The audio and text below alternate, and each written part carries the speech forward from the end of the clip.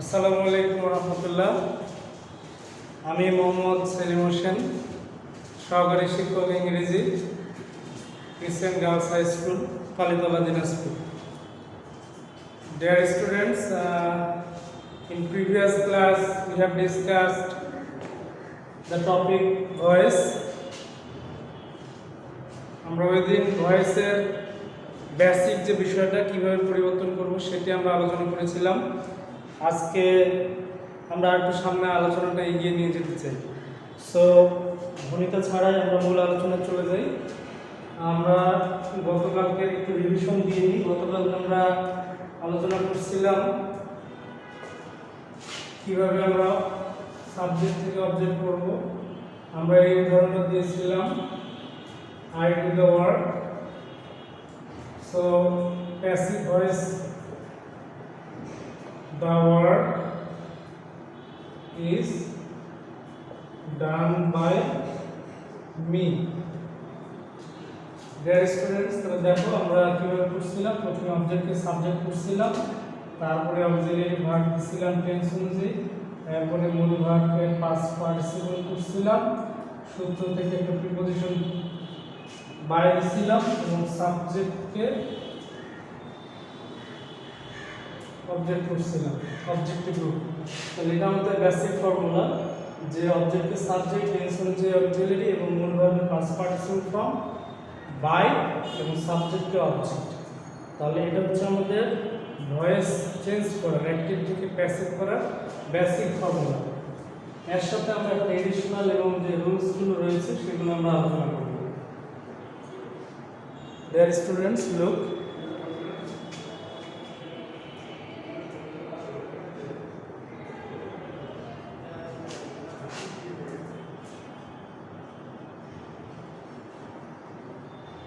যদি কোনো বাক্যে আমরা দেখতে পাই যে মডাল রয়েছে, অক্সিলারি ভার্ব হিসেবে মডাল, তাহলে আমরা ভয়েস চেঞ্জ করার সময় অবশ্যই মডেলের সাথে আমরা একটা বি যুক্ত করব। যেমন you should obey your parents. You should obey your parents. So আমরা প্রথমে অবজেক্টকে সাবজেক্ট করব your parents,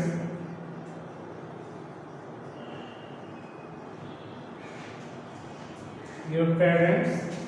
এখানে আমরা দেখতে পাচ্ছি, তোমরা দেখতে পাচ্ছ যে এটা একটা মডেল শুড। তাহলে সাধারণভাবে যে মডেলগুলো ইউজ হয় may, might, can, could, shall, should, will, would, must, এই মডেলগুলো আমরা দেখতে পাই সচরাচর ইউজ হয়। আমি আবার বলছি, shall, should, will, would, may, might, can, could, must, এই শব্দগুলো মডেলগুলো বেশি ব্যবহৃত হয়, বহুল প্রচলিত। আরও কিছু মডেল রয়েছে। এই মডেলগুলো যদি অক্সিলারি হিসেবে থাকে তাহলে আমরা অবশ্যই সেই মডেলগুলোর সাথে ভয়েস চেঞ্জ করে যখন প্যাসিভ লিখব তখন আমরা your parents should be, এখানে should be করতে হবে। বাকি সব আগের মতো আমরা করব by you। তাহলে your parents should be obeyed by you. I hope you have understood. I can give you another example for your understanding. Suppose I can help you. So you can be helped by me. So এখানে you থেকে আমরা you করলাম, can থেকে আমরা can be করলাম, help থেকে আমরা help করলাম এবং আইকে মি করলাম, আর থেকে আমরা প্রিপজিশন বাই দিলাম। তাহলে আমাদের এই নিয়মটা আশা করি তোমরা বুঝতে পারছো। যদি কোনো সেন্টেন্সে অক্সিলারি মডেল অক্সিলারি থাকে তাহলে ভয়েস চেঞ্জ করার সময় আমরা সেই মডেল অক্সিলারির পাশাপাশি বি যুক্ত করব।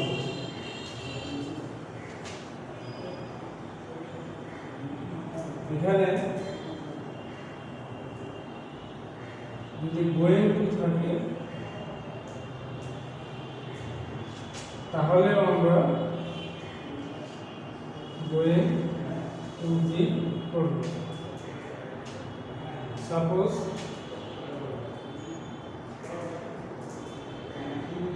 we are going to open a bank.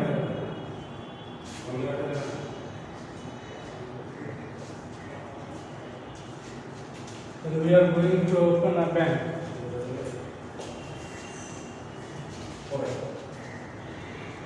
We are going to open a bank. তাহলে আমরা এখানে দিয়ে যা bank is going to be opened by us. So look here, object subject হলো আমরা bank is are going to, এখানে আমরা is going to be, তাহলে যেহেতু আমাদের ব্যাংকের সাথে is হবে যার কারণে is দিচ্ছি, তাহলে bank is going to be V3 opened by us. তাহলে আজকে এখানে দুটো নিয়ম হলো যে মডেলের সাথে মডেল বি, গোয়িং টু এর সাথে গোয়িং টু বি। আমরা নেক্সট নিয়মে চলে যাই।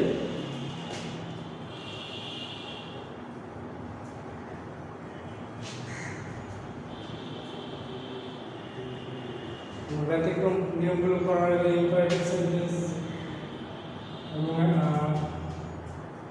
ইন্টারোগেটিভ সেন্টেন্সের এগুলো করব।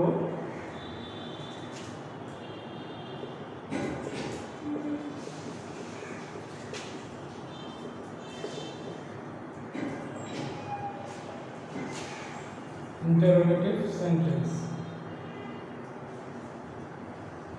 ইন্টারোগেটিভ সেন্টেন্সের যে ভয়েস তোমরা জানো ইন্টারোগেটিভ সেন্টেন্স সাধারণত দুই রকম।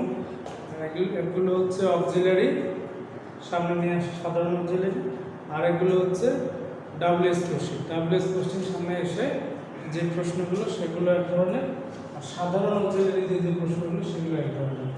যেমন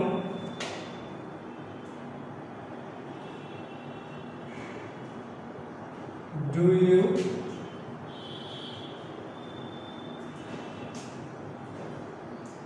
read a book? সাধারণ auxiliary do you read a book, এই সাধারণ অক্সিলারি যদি হয় তাহলে আমরা আমাদের যে সাধারণ প্রক্রিয়া সে অনুযায়ী করব। যেমন আবু, এখানে আবু সাধারণ প্রক্রিয়া, আবুকের পরে আমরা ইজ দিতাম, যে ইজটা অক্সিলারি দিতাম সেই অক্সিলারিটা পরে না দিয়ে আমরা ইন্টারোগেটিভ হওয়ার কারণে সেই অক্সিলারিটা আমরা সামনে দিই। তাহলে is a book read by you। তাহলে ইন্টারোগেটিভ সেন্টেন্সের ক্ষেত্রে সাধারণ যে ইন্টারোগেটিভগুলো রয়েছে সেগুলোর জন্য আমরা কি করব, আমরা স্বাভাবিক যে নিয়ম সেটাই করব, শুধুমাত্র সাবজেক্টের পরের যে অক্সিলারিটা বসতো সেটা সাবজেক্টের আগে বসবে, এতটুকু। যেহেতু এখানে ওই অক্সিলারি ডু এখানে না বসে সাবজেক্টের আগে বসছে, সুতরাং আমরা প্যাসিভ করার সময় সাবজেক্টের পরে অক্সিলারি না দিয়ে সাবজেক্টের আগে দিব। আমি আরেকটা এক্সাম্পল দিই, যেমন have you done your homework? প্রশ্ন। তাহলে আমরা যখন অ্যান্সার লিখব তাহলে আমাদের অবজেক্টের সাবজেক্ট করতে হবে ইওর হোমওয়ার্ক। তাহলে ইওর হোমওয়ার্কের জন্য আমরা যেটা দিব ইওর হোমওয়ার্ক, ইওর হোমওয়ার্কের পরে আমরা লিখতাম হ্যাভ বিন বা হ্যাজ বিন। সেক্ষেত্রে আমরা ইন্টারোগেটিভ সেন্টেন্স হওয়ার কারণে আমরা পরের অক্সিলারিটার মূল অংশটা আমরা সামনে লিখব। তাহলে has your homework bin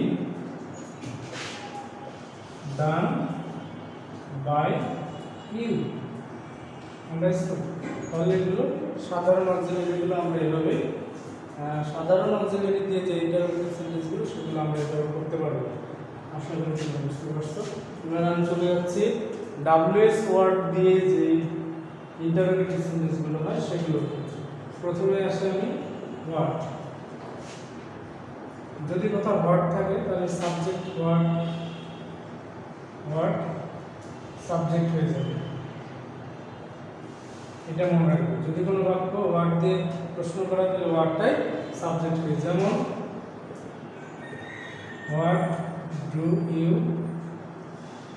want, তুমি কি চাও, তাহলে আমরা এই হোয়াটটাকে সাবজেক্ট হিসেবে রেখে দেব। হোয়াট টেন্স অনুযায়ী অক্সিলারি নেব, ইজ, ওয়ান্ট, ওয়ান্টেড, বাই, আমরা এখান থেকে কি করব, ইউ। আরেকবার দেখো, হোয়াট ডু ইউ ওয়ান্ট, তাহলে হোয়াটটাকে আমরা সাবজেক্ট হিসেবে রেখে দেব। হোয়াট টেন্স অনুযায়ী auxiliary, what is wanted by you. তোমরা বুঝতে পারছো? আশা করি যে বুঝতে পারছো, কারণ একটা সহজ একটা ব্যাপার তোমরা খুব সহজেই বুঝতে পারবে। তাহলে what do you want, what is wanted by you.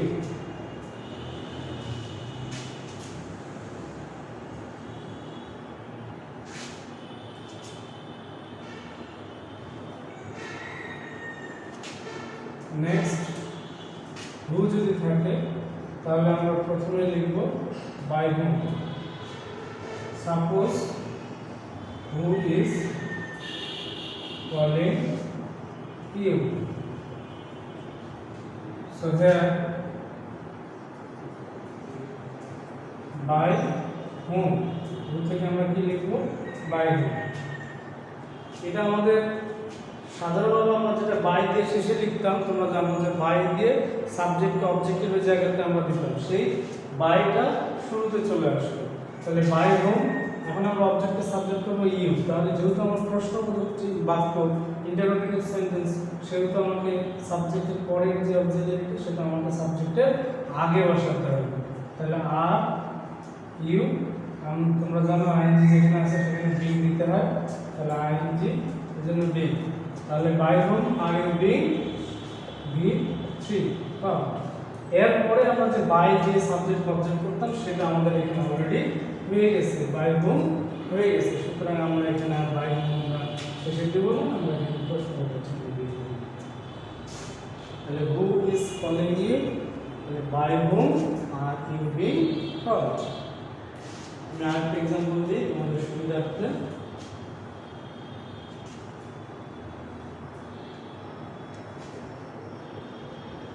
Who has broken your mind? যদি প্রশ্ন করি যে তোমার মন কে ভেঙেছে, who has broken your mind, তাহলে এখানে দেখো who has broken your mind, তাহলে আমরা আগে জানি যে who আছে, তাহলে আমরা এখানে কি লিখব, by whom। তাহলে by whom, এরপরে আমরা সরি your mind, তাহলে by whom অবজেক্টের সাবজেক্ট করব ইওর মাইন্ড। ইওর মাইন্ডের এখানে তাহলে আমরা কি দেব, হ্যাজ। তাহলে হ্যাজ ইওর মাইন্ড বিন, তাহলে by whom has your mind been broken.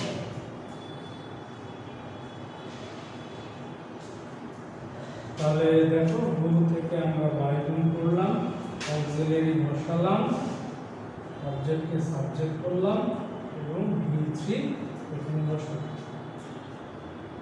আমার মনে হয় যে এটা অনেক সহজ একটা প্রক্রিয়া, এর থেকে সহজ কিছু হয় না। তারপরেও তোমরা ক্লাসগুলো বারবার রিভিউ করে দেখলে এগুলো অবশ্যই ভালোভাবে বুঝতে পারবে। এরপর যদি আমরা দেখি এখানে হোম থাকে, হোম যদি থাকে তাহলে আমরা সেটাকে হু করবো এবং সেটাই সাবজেক্ট আকারে হু করবো।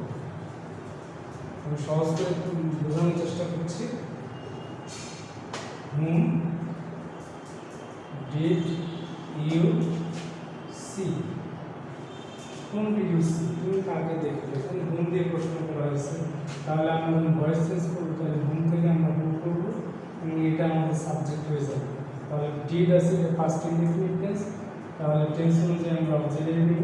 তাহলে হু ওয়াজ, তারপরে আমরা V3 করবো সিন, তাহলে who was seen by you.